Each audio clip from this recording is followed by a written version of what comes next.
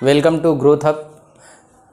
आइए बच्चों, हम डिस्कस करेंगे आज class 12th topic electrostatics. Okay, आइए देखते हैं इलेक्ट्रोस्टैटिक्स होता क्या है। देखिए, इलेक्ट्रोस्टैटिक्स, इसका डिफिनीशन क्या होता है आइए बताते हैं। ठीक है, देखिए, the branch of physics in which deals only stop charge and their property is called electrostatics. तो देखिए बच्चों, इसमें हम सिर्फ डिस्कस करेंगे कैसा, स्टॉप चार्ज। ठीक है, सिर्फ रुके हुए चार्ज का हम डिस्कस करते हैं इसमें, उसकी प्रॉपर्टी का डिस्कस करते हैं कि स्टॉप चार्ज क्या क्या प्रोड्यूस कर सकता है, जैसे कि electric field, electric force, dipole moment, dipole, ये सब सारी चीज़ें हम डिस्कस करेंगे। तो सबसे पहले इम्पॉर्टेंट है, आइए चलिए देखिए, the branch of physics in which deals only stop charge and their property called the electrostatics. तो यहाँ पर हम कैसे चार्ज का डिस्कस करेंगे, स्टॉप चार्ज। ओके, चार्ज कैसा होना चाहिए, स्टॉप होना चाहिए, स्टॉप। ठीक है, यहाँ पर मूविंग चार्ज को हम डिस्कस नहीं करेंगे, क्योंकि मूविंग चार्ज क्या करता है, इलेक्ट्रिक फील्ड के साथ साथ मैग्नेटिक फील्ड को डेवलप कर लेता है, इसलिए हम सिर्फ यहाँ पे स्टडी करेंगे स्टॉप चार्ज। ठीक है, इसी से इसका नाम पड़ा है इलेक्ट्रोस्टैटिक्स। ओके, चलिए देखते हैं। तो आपको ये डिफिनीशन समझ में आया होगा। चलिए आइए अब डिस्कस करते हैं इलेक्ट्रिक चार्ज क्या होता है, electric charge. Okay,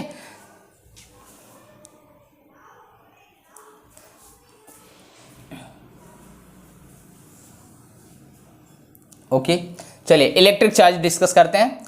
electric charge is the fundamental property of the substance due to which it is the possibles of thems to the exact, ठीक है, electrical force. Okay, exert electrical force. आइए हम देखते हैं, जैसे देखिए, एक न्यूट्रल बॉडी है। न्यूट्रल बॉडी का मतलब होता है, इसमें क्या होता है, इलेक्ट्रॉन और प्रोटॉन। ठीक है, जब किसी बॉडी में इलेक्ट्रॉन और प्रोटॉन आपस में क्या होते हैं, इक्वल होते हैं, तो बॉडी न्यूट्रल मानी जाती है। क्यों? क्योंकि इलेक्ट्रॉन जो होता है, प्रोटॉन प्लस चार्ज रखता है और इलेक्ट्रॉन नेगेटिव चार्ज रखता है। अगर इक्वल हैं तो ऐसे कंडीशन को हम न्यूट्रल बोलते हैं। तो आइए बात करते हैं कि चार्ज कैसे डेवलप किया जाता है। ओके, तो आइए देखते हैं। आपने देखा होगा, चलिए, types of the charge. On rubbing charge are two types. हम इस न्यूट्रल बॉडी को एक न्यूट्रल बॉडी से अगर रब करें, ठीक है, ये भी क्या है, न्यूट्रल बॉडी है, न्यूट्रल बॉडी। ओके, चलिए रब करेंगे तो आप जानते हैं यहाँ पर एक, चलिए डिस्कस कर लेते हैं। यहाँ पर देखिए, अगर एक बॉडी से दूसरे बॉडी में इलेक्ट्रॉन अगर ट्रांसफ़र हो जाए, तो आप सोचिए यहाँ पर क्या होगा, इलेक्ट्रॉन इस बॉडी से, सपोज दैट मैं ए मान ले रहा हूँ, इसको बी मान ले रहा हूँ। तो आइए देखिए, ए बॉडी से इलेक्ट्रॉन ट्रांसफ़र होकर के बी बॉडी में जा रहा है। ठीक है, तो यहाँ पर किसकी संख्या ज़्यादा होगा, इलेक्ट्रॉन ट्रांसफ़र हो रहा है, तो यहाँ पे प्रोटॉन की संख्या आपस ग्रेटर देन हो जाएगी इलेक्ट्रॉन से। ओके, तो चलिए यहाँ पर किसकी संख्या ज़्यादा हो जाएगी, यहाँ पर हो जाएगा इलेक्ट्रॉन की संख्या ज़्यादा हो जाएगा प्रोटॉन से। तो आप समझिए, जिसकी संख्या ज़्यादा बॉडी पे वो चार्ज ज़्यादा हो जाएगा। इसका मतलब है इस बॉडी पे कौन सा चार्ज आएगा, पॉजिटिव। ओके, और इस बॉडी पे कौन सा चार्ज आ जाएगा, निगेटिव। ओके, तो मैं अभी क्या किया, एक न्यूट्रल बॉडी को आपस में रब्ड कर दिया। रब्ड करने से क्या हुआ, ट्रांसफ़र ऑफ द चार्ज। एक बॉडी से दूसरे बॉडी में चार्ज का ट्रांसफ़र हो गया। बॉडी में चार्ज के ट्रांसफ़र होने से एक बॉडी पर पॉजिटिव चार्ज और दूसरे बॉडी पे नेगेटिव चार्ज। जिस बॉडी में इलेक्ट्रॉन की कमी हुई उस पर पॉजिटिव, और जिसमें एक्सेस हो गया उस पर नेगेटिव चार्ज आ गया। तो कहते हैं एक पर पॉजिटिव और एक पर नेगेटिव होता है, तो बॉडी के बीच में क्या होगा, हमेशा अट्रैक्शन होगा। क्या होगा, अट्रैक्शन। ओके, अट्रैक्शन होगा। यू अंडरस्टैंड, समझ में आया। चलिए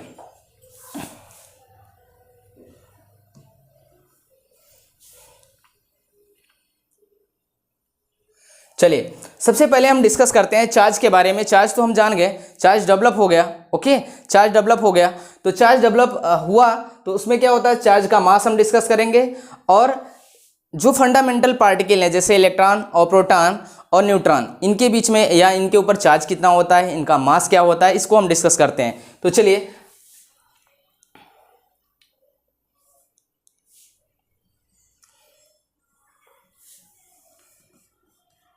ओके चलिए, तो पार्टिकल, सबसे पहले पार्टिकल हम डिस्कस करने जा रहे हैं इलेक्ट्रॉन। इलेक्ट्रॉन, ठीक है। इलेक्ट्रॉन पर चार्ज कितना होता है? -1.6 इंटू 10 के पावर -19 कूलम, कूलम, ठीक है। इस पर मास कितना होता है? चलिए, मास कितना होता है देखिए, 9.1 इंटू 10 के पावर -31 kg। ओके चलिए, दूसरा पार्टिकल हम लेते हैं प्रोटॉन। प्रोटॉन, प्रोटॉन पर चार्ज कितना होता है? +1.6 इंटू 10 के पावर -19 कूलम, कूलम। ओके चलिए, देखिए, देखो हो सकता है दिखाई ना दे, लेकिन देखिए इलेक्ट्रॉन,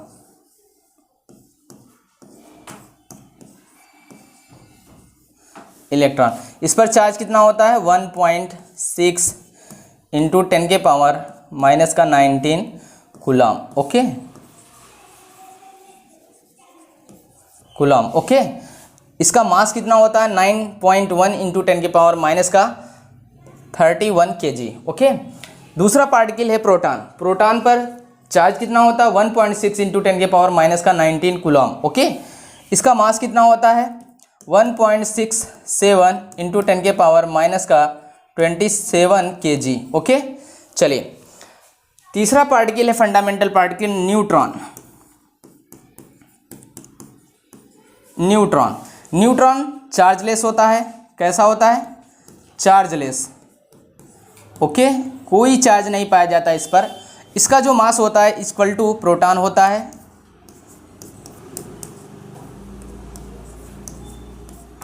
ओके, यू अंडरस्टैंड? समझ में आया? तो चलिए, हम बात किए आज mass and charge of the fundamental, ठीक है, पार्टिकल्स। तो आइए, फंडामेंटल चार्ज पार्टिकल कौन से होते हैं? इलेक्ट्रॉन, प्रोटॉन और न्यूट्रॉन। मैंने बता दिया। इस पर चार्ज कितना होता है? सभी बच्चों को याद रखना होता है। -1.6 इंटू 10 के पावर -19 कूलम, ये इलेक्ट्रॉन का चार्ज होता है। इलेक्ट्रॉन पर मास कितना होता है बच्चों? हमेशा याद रखिएगा, 9.1 इंटू 10 के पावर -31 kg। ओके चलिए, दूसरा पार्टिकल मैंने बताया प्रोटॉन। प्रोटॉन पर चार्ज कितना होता है? 1.6 इंटू 10 के पावर -19 कूलम। उसका मास होता है 1.67 इंटू 10 के पावर -27 kg। You understand? चलिए, थर्ड पार्टिकल है जिसके बारे में थोड़ा सा डिटेल जानना जरूरी होता है, न्यूट्रॉन।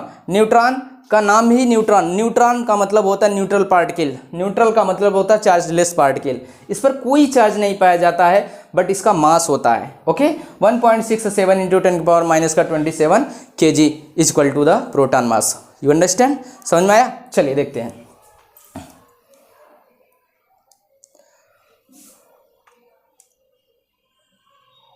चलिए, यहाँ पे थोड़ा सा डिस्कस करना है electrostatic induction. Okay, electrostatic induction ये क्या होता है, इसके बारे में हम डिस्कस करते हैं।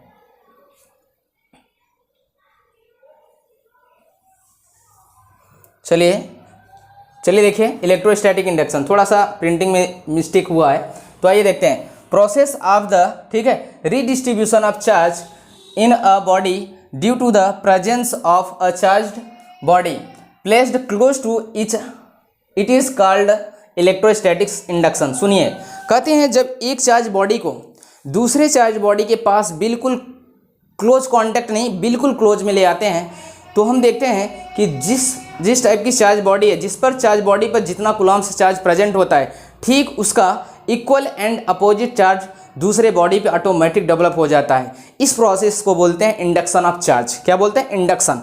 ओके, चाहिए आइए हम थोड़ा डिस्कस करते हैं। देखिए, जैसे यहाँ पे पिक्चर बना हुआ है, देखिए मैंने यहाँ पर कैसा बॉडी लिया है? Charge body, charge body. Okay, चलिए, चार्ज बॉडी पर मैंने चार्ज दे रखा है 8 इंटू 10 के पावर -19 कूलम्ब। ओके, मैंने इनको close to the nearby body, हमने बोला न्यूट्रल बॉडी पे ले आते हैं। न्यूट्रल बॉडी आप जानते हैं क्या होता है? प्रोटॉन इक्वल टू इलेक्ट्रॉन, ठीक है, न्यूट्रल बॉडी।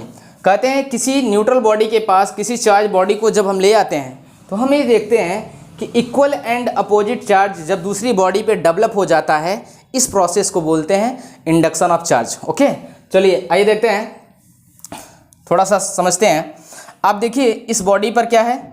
न्यूट्रल बॉडी पे जब इसको क्लोज कांटेक्ट में ले आया तो सामने वाली बॉडी पर क्या आ गया, माइनस का 8 × 10 के पावर माइनस का 19 कूलम चार्ज डेवलप हो गया, निगेटिव चार्ज। जैसे देखिए मान लो मैंने एक बॉडी ले लिया ए, ठीक है, दूसरी बॉडी न्यूट्रल है, ए बॉडी पे मैंने प्लस चार्ज रख दिया, इसको बोलेंगे चार्ज बॉडी। क्या बोलेंगे, चार्ज बॉडी। और दूसरी बॉडी क्या है, चार्जलेस यानी न्यूट्रल, ठीक है, न्यूट्रल है, न्यूट्रल है। न्यूट्रल बॉडी पे जब हम इसको क्लोज कांटेक्ट में ले आते हैं, कांटेक्ट नहीं करना, बिल्कुल क्लोज में ले आते हैं, तो इस पर क्या होगा, ऑटोमेटिक निगेटिव चार्ज डेवलप हो जाता है, ऑटोमेटिक निगेटिव चार्ज डेवलप हो जाता है। तो इनके बीच में हमेशा जब भी इंडक्शन होता है तो किसी बॉडी के बीच में हमेशा क्या होगा, अट्रैक्शन होता है। क्या होता है, अट्रैक्शन। हमेशा याद रखना, इंडक्शन के द्वारा जो चार्ज डेवलप होता है बॉडी में हमेशा अपोजिट होता है, और कहते हैं अनलाइक चार्ज के बीच हमेशा क्या होता है, अट्रैक्शन होता है। क्या होता है, अट्रैक्शन।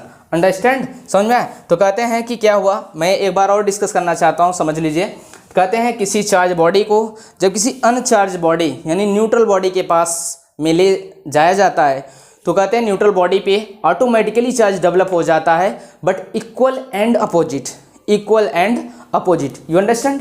देखिए मैंने क्या देखा, इस आप पिक्चर में देख रहे हैं 8 × 10 के पावर माइनस 19 कूलम मैंने प्लस चार्ज दिया इस बॉडी को, this is the charge body.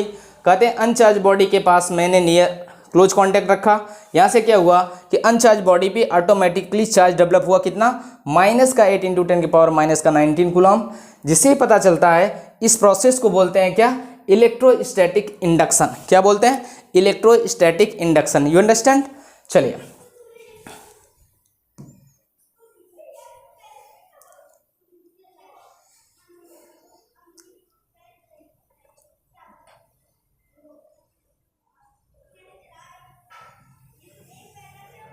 समझिए बच्चों, अब हम बात करेंगे property of charge. Very important property of charge. देखिए हम क्या करते हैं, अभी हम चार्ज के बारे में पढ़ें, ठीक है, चार्ज क्या होता है, चार्ज के टाइप्स के बारे में पढ़ें, बट इसकी प्रॉपर्टी क्या होती है, सारी प्रॉपर्टी को हम डिस्कस करते हैं। तो आइए बात करें। सबसे पहला हम प्रॉपर्टी पढ़ते हैं quantization of charge. You understand, quantization of charge.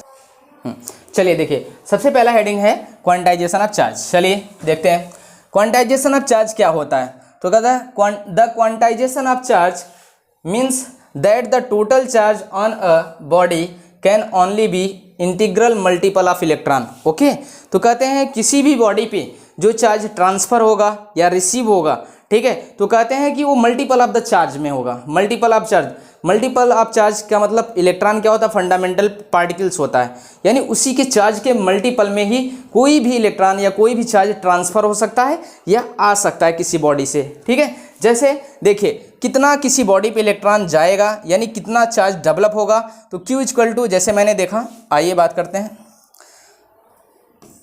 Suppose that, चलिए देखिए, कहते हैं जैसे मैंने दिया ये न्यूट्रल बॉडी है, मान लीजिए इसमें से इलेक्ट्रॉन ट्रांसफ़र हुआ यानी चार्ज ट्रांसफ़र हुआ, कितना चार्ज ट्रांसफ़र हुआ, ठीक है। कहते हैं जो चार्ज ट्रांसफ़र होगा वो मल्टीपल ऑफ द इलेक्ट्रॉन, यानी इलेक्ट्रॉन के मल्टीपल में, इलेक्ट्रॉन के चार्ज के मल्टीपल में ही ट्रांसफ़र होगा। तो ठीक है, तो कहते हैं कि जैसे मैंने यहाँ पे 2 इलेक्ट्रॉन ट्रांसफ़र किया, तो सपोज दैट इसको मैंने ए बॉडी माना, दूसरे को बी। चलिए देखिए ट्रांसफ़र हो गया, तो यहाँ पर देखिए, यहाँ पर देख लीजिए, चलिए देखिए, तो ए बॉडी पे 2 इलेक्ट्रॉन ट्रांसफ़र हुए, तो यहाँ पे हम मानते हैं तो +2 कूलम चार्ज डेवलप हो गया, कितना, +2 कूलम। और सामने वाली बॉडी पे कितना, -2 कूलम। ओके,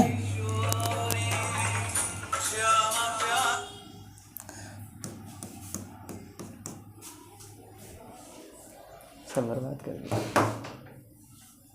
चलिए देखिए,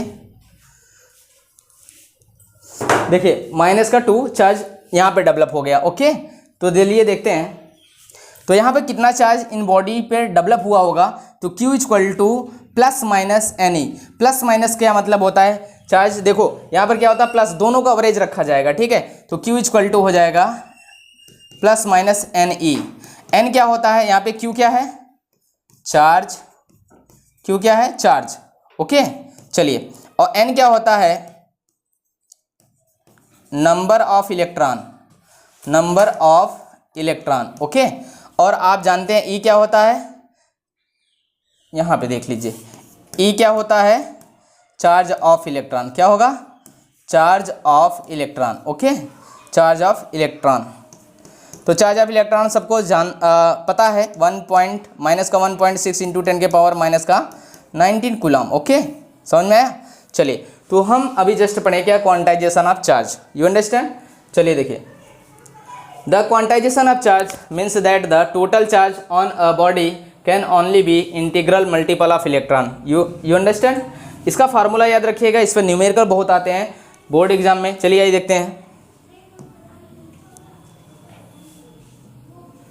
जैसे देखिए, मैं एक एग्जांपल लेता हूं आपको समझाने के लिए क्वांटाइजेशन ऑफ चार्ज कैसे डिस्कस किया जाता है। ओके, जैसे देखिए एक न्यूमेरिकल है, correct, a conductor has the excess of the 500 electron. Okay, कितना, 500 इलेक्ट्रॉन।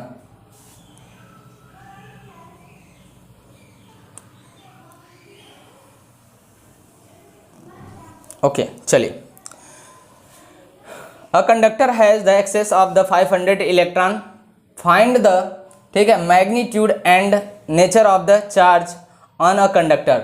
ओके, देखिए सपोज दैट, देखिए एक कंडक्टर है, कंडक्टर से कह रहे, मैं मान लेता हूं कि एक कंडक्टर से 500 इलेक्ट्रॉन, कितना, 500 इलेक्ट्रॉन ट्रांसफ़र किए जाते हैं। ठीक है, ट्रांसफ़र किए जाते हैं। तो आप देखिए इस पर क्या डेवलप होगा, प्लस, पॉजिटिव। ओके, चलिए 500 इलेक्ट्रॉन ट्रांसफ़र होते हैं। तो कह रहा है कि magnitude and nature of the charge on a conductor. आपको पता है 500 इलेक्ट्रॉन, तो इसको जहाँ पर ये दिया हुआ, क्या दिया है, 500, एन की वैल्यू है 500 इलेक्ट्रॉन। एन इक्वल टू क्या होता है, नंबर ऑफ इलेक्ट्रॉन। ओके, तो यहाँ से आपसे पूछ रहा है कि नेचर ऑफ चार्ज बताइए, यानी आपसे पूछा जा रहा है क्या, क्यू। क्यू की वैल्यू पूछा जा रहा है, क्यू क्या होगा। ठीक है, यानी पूछा रहा है कि बॉडी भी चार्ज कितना डेवलप होगा। तो आपको पता है फार्मूला, ठीक। तो क्यू इक्वल टू क्या लगाते हैं हम, एन ई, क्या लगाते हैं, एन ई।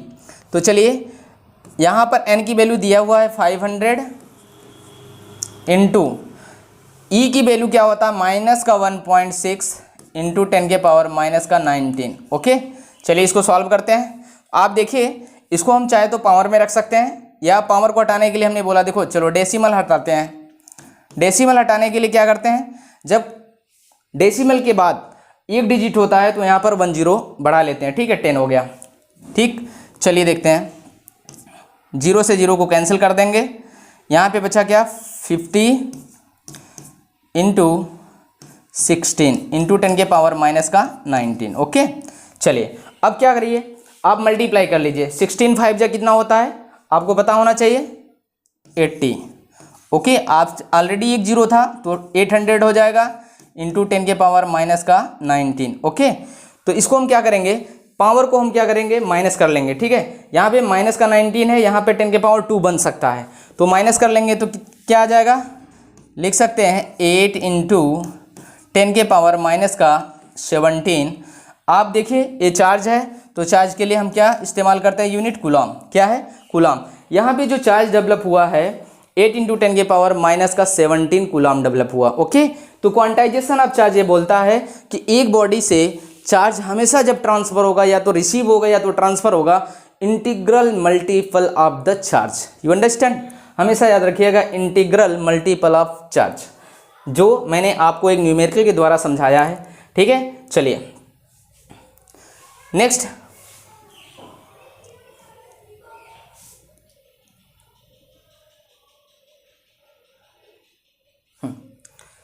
चलिए देखिए नेक्स्ट क्वेश्चन देखते हैं, डिस्कस करते हैं।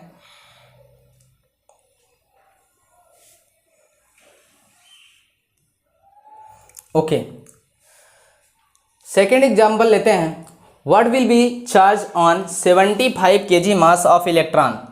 Okay, very important. देखिए सबसे इंपॉर्टेंट क्या है, यहाँ पे आपको दिया हुआ है कि किसी भी what will be the charge. ठीक है, एक बॉडी है,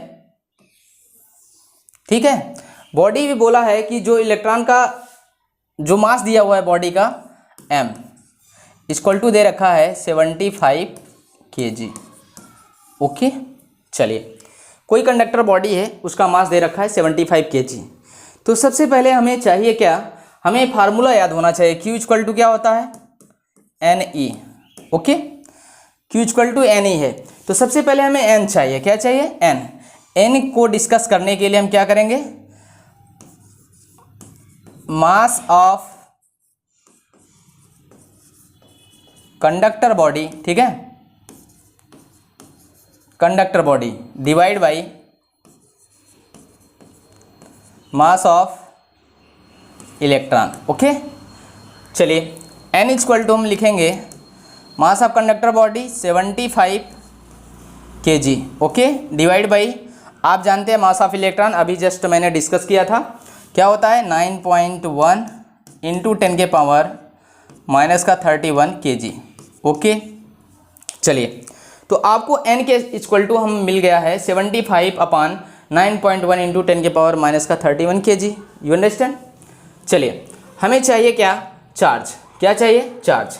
तो आइए देखते हैं Q इक्वल टू N की वैल्यू के स्थान पे हम रख सकते हैं क्या, 75 अपान 9.1 इंटू 10 के पावर माइनस का 31 kg। Okay, multiply by electron का चार्ज कितना होता है, सभी बच्चों को पता होना चाहिए। चलिए फिर से मैं लिख दे रहा हूँ, इलेक्ट्रॉन का चार्ज होता है माइनस का 1.6 इंटू 10 के पावर माइनस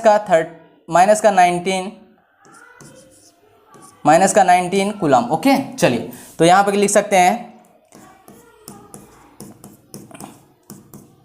ओके, चलिए आइए सॉल्व करते हैं इसको, ठीक है। डेसिमल से हम डेसिमल को हटा सकते हैं, ठीक है। पावर को देखिए, यहाँ पे माइनस का 19 है, अगर 31 को हम पावर को ऊपर ले जाते हैं तो हमेशा क्या हो जाता है, पॉजिटिव। क्या हो जाएगा, पॉजिटिव। तो आइए डिस्कस करते हैं। 75 इंटू -16 पावर को अगर हम सॉल्व कर लें तो आप देखिए 31 में से अगर 19 को माइनस कर लेते तो कितना बचेगा, और ये पॉजिटिव हो जाएगा, ठीक है। जो वैल्यू आएगा वो पॉजिटिव हो जाएगा, ठीक है। चलिए देखते हैं, 2 1। ओके, तो हो जाएगा क्या, ए प्लस में आएगा, ठीक है, अपान 91। ओके, चलिए इसको सॉल्व करते हैं।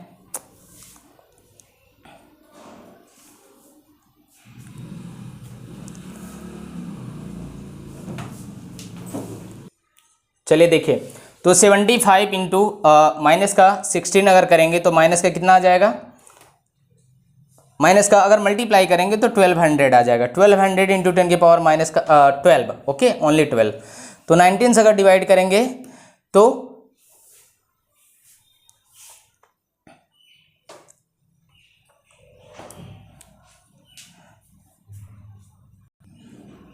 चलिए देखिए, इसको अगर हम काटेंगे तो आ जाएगा अप्रॉक्सीमेटली 13.7।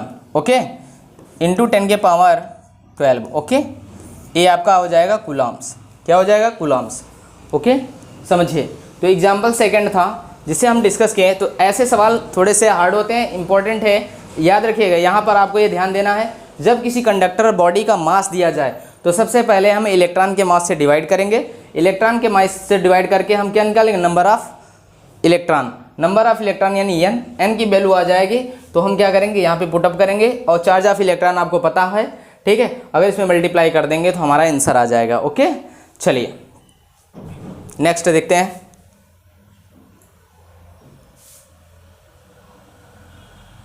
चलिए, दूसरी प्रॉपर्टी है आपकी additivity of charge. Additivity of charge. Okay, तो समझिएगा,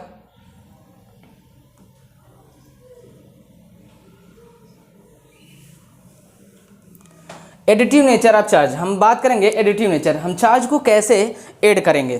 तो कहते हैं किसी कंडक्टर बॉडी पे ढेर सारे चार्ज आपको दिए जाएंगे, तो आप कैसे चार्ज को ऐड करेंगे। तो कहते हैं नेचर ऑफ चार्ज में हम डिस्कस करेंगे। चलिए देखते हैं, the total of charge on a body is equal to the algebraic sum of the charge. जैसे देखिए, यहाँ पर एक एग्जाम्पल के तौर पर मैंने एक बॉडी, कंडक्टर बॉडी लिया है, मैंने Q1 चार्ज ले लिया है, Q2 चार्ज ले लिया है, Q3। तो पूछा जाता है total charge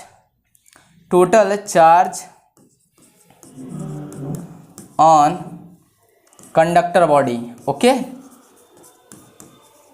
conductor body, okay. चलिए तो सर कैसे करते हैं, Q equal to Q total लिखेंगे, Q टोटल इक्वल टू हो जाएगा, यहाँ पर जो चार्ज होता है, charge always added with sign, हमेशा याद रखिएगा चार्ज को हमेशा विथ साइन के साथ हमेशा ऐड करेंगे।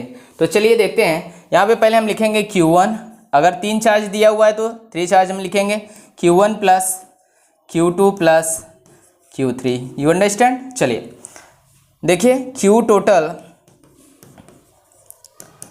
Q1 की वैल्यू दे रखा है माइनस का 80 माइक्रोकूलम, माइनस का 80 म्यू सी, ओके, प्लस, चलिए यहाँ चाहे ब्रैकेट लगा सकते हैं, चलिए ठीक है, यहाँ पर दिया है 40 म्यू सी, तो यहाँ प्लस ऑलरेडी है तो यहाँ पे 40 म्यू सी, और Q3 की वैल्यू दे रखा है प्लस का 30 mu C, okay, plus 30 mu C, mu C का मतलब होता है माइक्रोकूलम, ओके।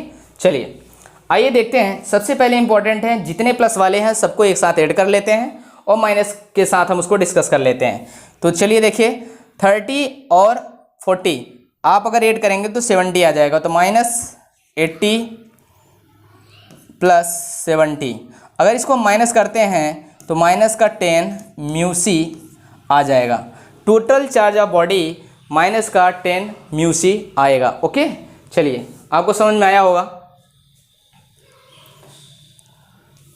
चलिए नेक्स्ट देखते हैं,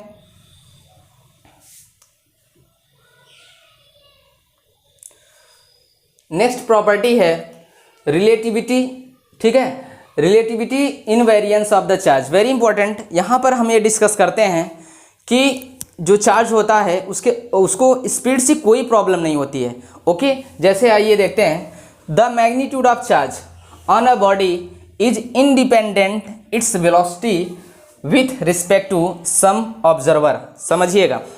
जैसे मैंने डिस्कस किया है इसमें, देखिए कहते हैं किसी बॉडी, कंडक्टर बॉडी पे जो चार्ज दिया हुआ है 3.6 इंटू 10 की पावर माइनस का 6 कूलम, ओके। मैंने इस बॉडी को मूव कराया है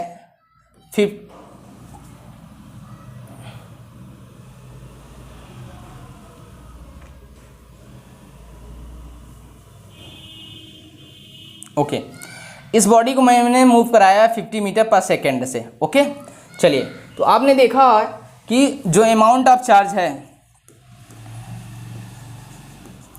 अमाउंट ऑफ चार्ज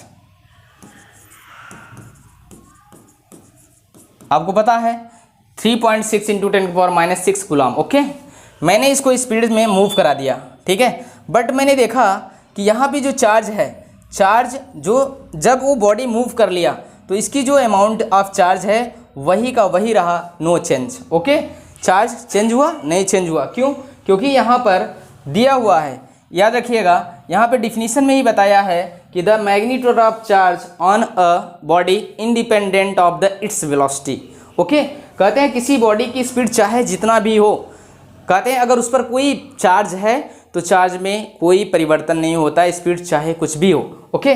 तो आइए देखते हैं, यहाँ पे देखिए no change of charge, okay, कोई भी चार्ज में परिवर्तन नहीं आया, स्पीड भले से। मैंने बोला इस बॉडी को मान लो सपोज दैट, एक और देख लीजिए, मैंने इस पर 100 कूलम चार्ज दिया, इसको मैंने 100 मीटर पर सेकेंड की स्पीड से मूव करा दिया। तो कहते हैं आफ्टर सम टाइम अगर देखेंगे तो ये जो बॉडी है, बॉडी पर जो चार्ज का अमाउंट है वो 100 कूलम ही रहेगा, नो चेंज, ओके। ये आपका प्रॉपर्टी ऑफ चार्ज था, यू अंडरस्टैंड, समझ में आया होगा, ओके।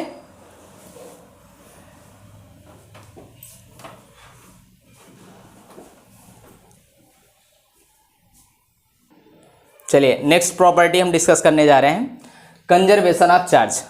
जैसा कि आप जानते हैं कंजर्व का मतलब होता है किसी बॉडी पे total of charge equal to 0। अगर कहते हैं टोटल नेट चार्ज अगर 0 है तो उस बॉडी को हम कंजर्व मानते हैं, यानी चार्ज ऑफ बॉडी कंजर्व होती है।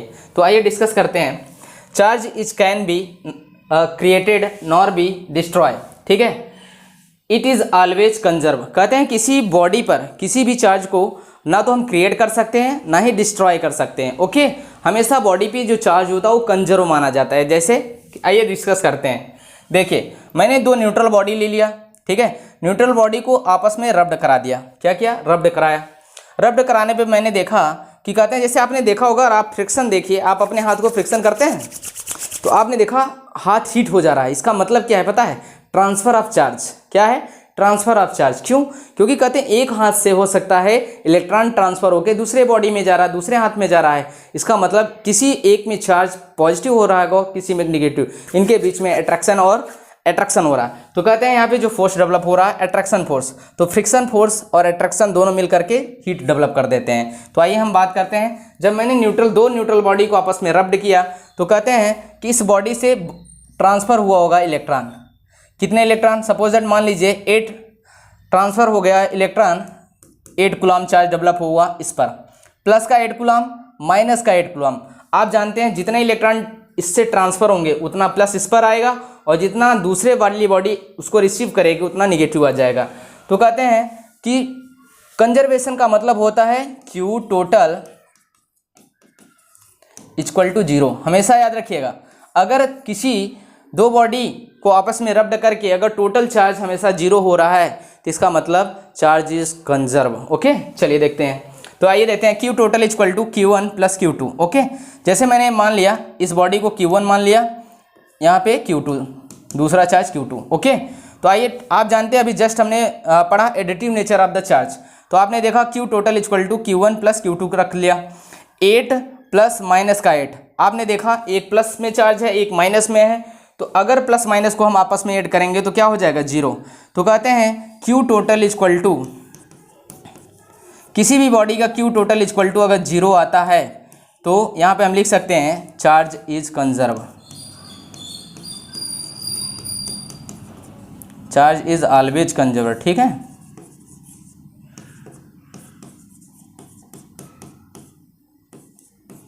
कंजर्व। ओके, समझ में आया? यहाँ पर क्या हो गया? बॉडी पे टोटल चार्ज क्या हुआ? 0। टोटल चार्ज बॉडी पे 0 हो गया। ओके, तो चलिए, समझ में आया? चलिए next.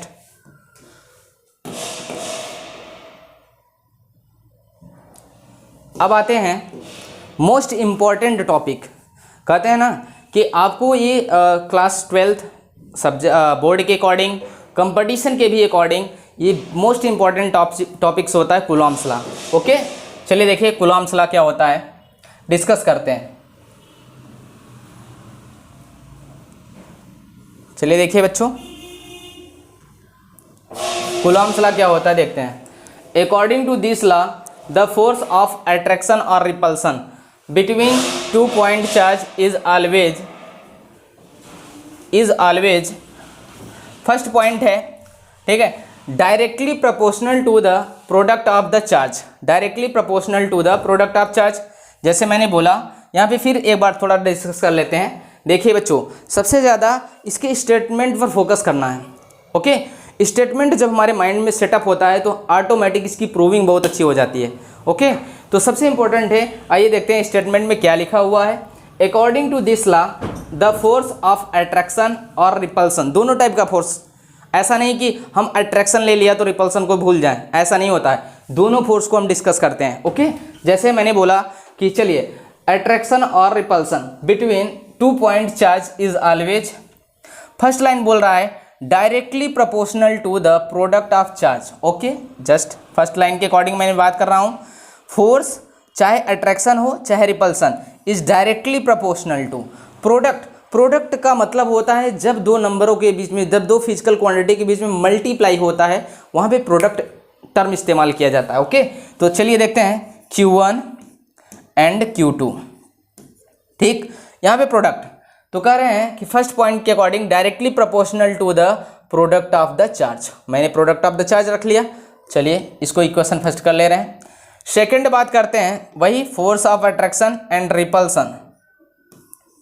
Okay, second point inversely proportional to the square of the distance between them. Suppose that, देखिए मैंने यहाँ पे थोड़ा सा पिक्चर बना दे रहा हूँ। मैंने Q1 बॉडी लिया और Q2 बॉडी लिया, ठीक है। ओके, चलिए R डिस्टेंस पे मैंने इनको सेपरेट कर दिया।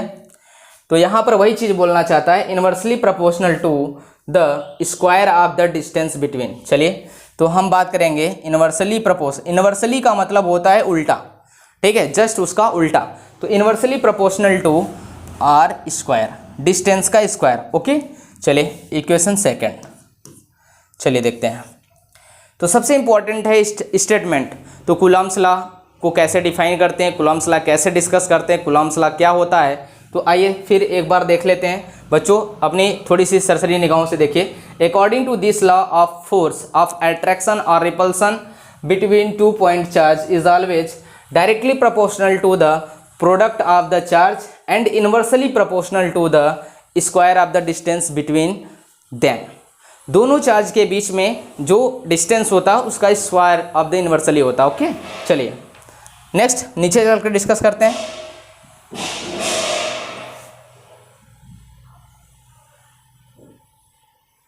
चलिए यहाँ पे ऑलरेडी मैंने पिक्चर बना के रखा हुआ है Q1 Q2, ठीक है, इनके बीच का जो सेपरेशन डिस्टेंस है वो आ रहा है। Okay,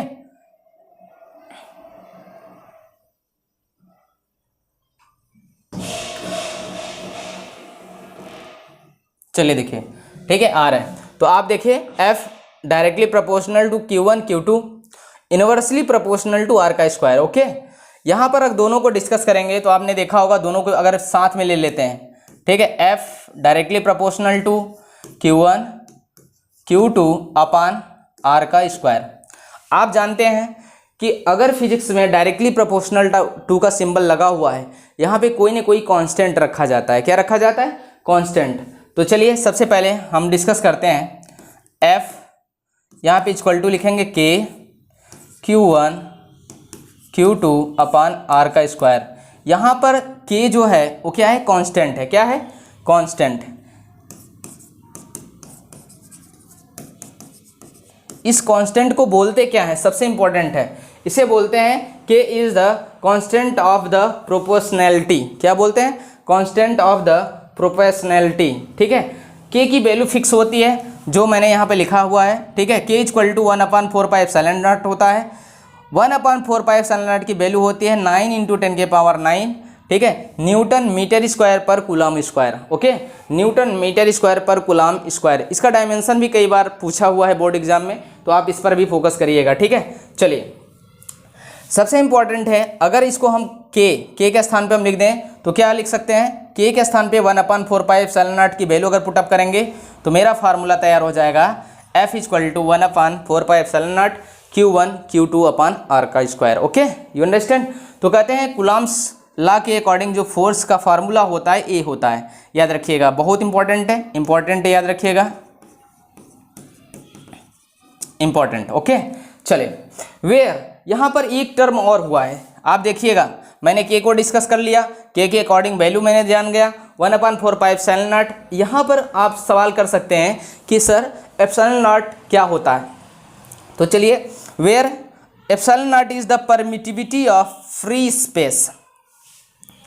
permittivity of free space और वैक्यूम, या फ्री स्पेस हो या वैक्यूम, जिसकी वैल्यू होती है 8.85 × 10⁻⁻12 कूलाम पर न्यूटन मीटर स्क्वायर। कूलाम पर न्यूटन मीटर स्क्वायर। ओके, चलिए आपको कूलाम्स लॉ अच्छे से आना चाहिए, ठीक है, जो मैंने बता दिया। चलिए नेक्स्ट,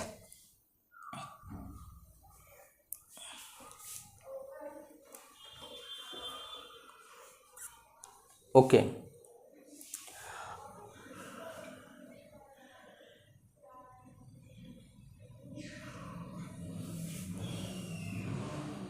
देखिए सबसे इंपॉर्टेंट है, मैंने कूलम्स लॉ को डिस्कस किया तो आपका फार्मूला आया F equal to 1/4πε0 Q1 Q2 upon R का स्क्वायर।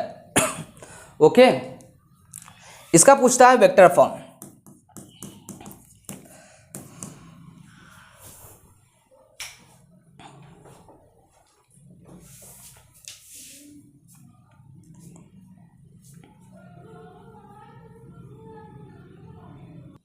चलिए देखिए, vector form of Coulomb's law, ठीक है। चलिए देखते हैं F इक्वल टू क्या होता है, अभी जस्ट फार्मूला हमने पढ़ के आया 1/4πε0, ठीक है, Q1 Q2 अपान R का स्क्वायर। ओके, चलिए देखिए आप अभी जस्ट फार्मूला पढ़ के आए हैं तो आप जानते होंगे, थोड़ा सा वेक्टर की बात है। F इक्वल टू 1/4πε0, ठीक है, Q1 Q2 अपान R का स्क्वायर। यहाँ पर हम लिख सकते हैं वेक्टर R, पहले इंपॉर्टेंट है vector R equal to R cap रखते हैं।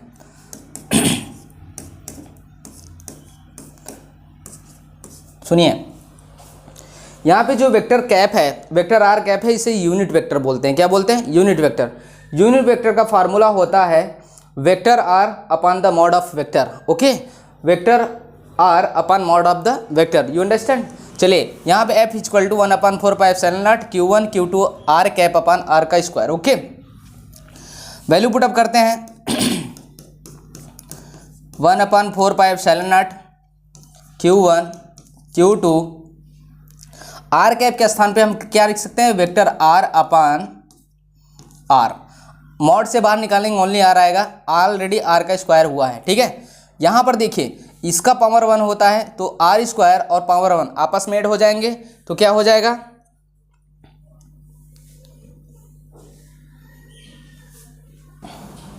चलिए देखिए, तो 1/4πε0 Q1 Q2 अपान R का स्क्वायर वेक्टर R अपान R। ओके, तो यहाँ पर कुछ नहीं करना है, वेक्टर फॉर्म आपका हो गया है 1/4πε0 Q1 Q2 अपान R का क्यूब, और यहाँ पर ऊपर एक वेक्टर R लिखेंगे, ठीक है। ये आपका vector form of Coulomb's law, you understand. सुनिएगा, सबसे इम्पोर्टेंट बात है, जब भी आपसे वेक्टर फॉर्म पूछेगा कूलॉम्स लॉ का तो एक फार्मूला हमेशा याद रखिएगा 1/4πε0 Q1 Q2 vector R upon R cube हो जाता है।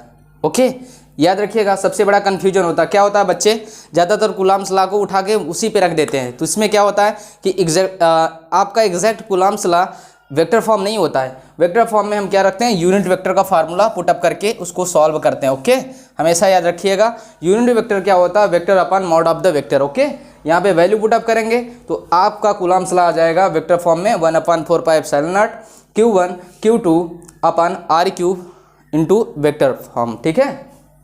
चलिए, आपको फार्मूला दिया हुआ है तो यहाँ पर देखिए मैंने वेक्टर फॉर्म को सॉल्व भी कर दिया है, यहाँ पे प्रिंटेड भी है, देखिए। तो F equal to K Q1 Q2 upon R का स्क्वायर, यहाँ पे यूनिट वेक्टर रखा। यूनिट वेक्टर का फार्मूला मैंने यहाँ पर नीचे रखा हुआ है। ओके, यहाँ पे जब वैल्यू मैंने पुटअप किया तो देखिए K Q1 Q2, ठीक है, vector R upon mod of vector. जब मैं यहाँ से मॉड हटा देंगे तो इसका पावर हमेशा 1 हो जाएगा। ओके, पावर आपस में ऐड हो जाएंगे तो क्या हो जाएगा? F equal to Q1 Q2 vector R upon R cube, इसी को बोलते हैं क्या? Vector form of the coulomb's law, you understand. चलिए नेक्स्ट देखते हैं।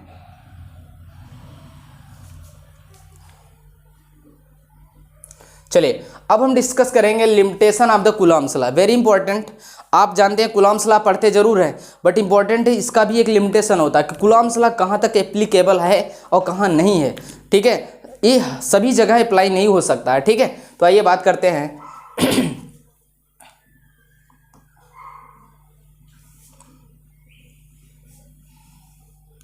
ओके, चलिए, तो सबसे इंपॉर्टेंट है limitation of the coulomb's law. Okay, this law only applicable of the charge at the rest and not for moving. Important ये है बच्चों, कहते हैं कूलॉम्स लॉ सिर्फ स्टॉप चार्ज यानी एट द रेस्ट, रुकी हुई चार्ज पर अप्लाई होता है, ना कि मूविंग चार्ज पर। जबकि हमने बात किया था कि ये जो टॉपिक है ना इलेक्ट्रोस्टैटिक्स है, इलेक्ट्रोस्टैटिक्स में हम क्या डिस्कस करते हैं मैंने ऑलरेडी बता चुका हूँ, स्टॉप चार्ज, रुके हुए चार्ज को डिस्कस करते हैं, ना कि मूविंग चार्ज, क्योंकि मूविंग चार्ज इलेक्ट्रिक फील्ड और मैग्नेटिक फील्ड दोनों साथ में प्रोड्यूस करती है, जो हम मैग्नेटिज्म या मैग्नेटिक में पढ़ेंगे। ओके, तो चलिए सबसे इंपॉर्टेंट फर्स्ट लॉ मैंने बताया कि लिमिटेशन क्या हो सकता है, कहते हैं कि vector law Coulomb's law only applicables of the charge at the rest not moving charge. Okay, because, क्यों ऐसा होता है? Because of rest charge only produce electric field only, why moving charge produce the both electric field and magnetic field. याद रखना, कहते हैं कि अगर रुका हुआ चार्ज है, रेस्ट चार्ज है ओनली प्रोड्यूस इलेक्ट्रिक फील्ड, ठीक है। अगर मूविंग चार्ज है, मान लो v मीटर पर सेकेंड स्पीड से मूव कर रहा है, तो ये दोनों प्रोड्यूस करेगा क्या, इलेक्ट्रिक फील्ड और मैग्नेटिक फील्ड। इस इलेक्ट्रिक फील्ड और b से रिप्रेजेंट किया जाता है मैग्नेटिक फील्ड को, ओके। तो कहते हैं Coulomb's law only applicable at the rest charge not moving charge, you understand, okay. चलिए, this law is not a universal law because of the variable of the k is the variable, important समझिएगा।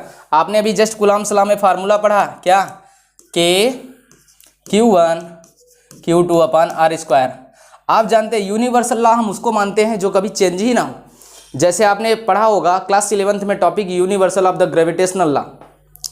किसी भी दो body को, किसी भी दो object को कहीं भी ले जाइए, जब कहते हैं उसके कांस्टेंट में कोई परिवर्तन नहीं होता, यानी कैपिटल जी में कोई परिवर्तन नहीं होता है, तो उसे यूनिवर्सल बोलते हैं। लेकिन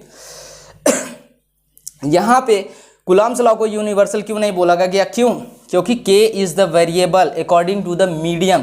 कहते हैं अगर एयर में है तो k इक्वल टू 1।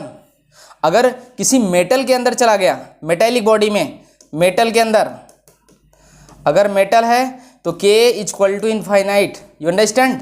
हमेशा याद रखना, एयर के लिए हमेशा 1 चेंज हो रहा है, वाटर के लिए k वाटर के लिए चेंज हो जाता है। कुल मिला के याद रखना k is the variable so that not say, ठीक है, universal law of the Coulomb's law, okay.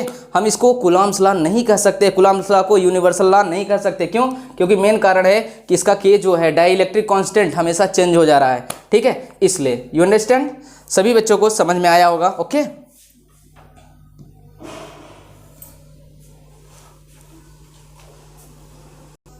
चलो बच्चों, आज की क्लास बस इतना ही रखेंगे, बाकी का नेक्स्ट क्लास में डिस्कस करेंगे। Thank you all of you, okay.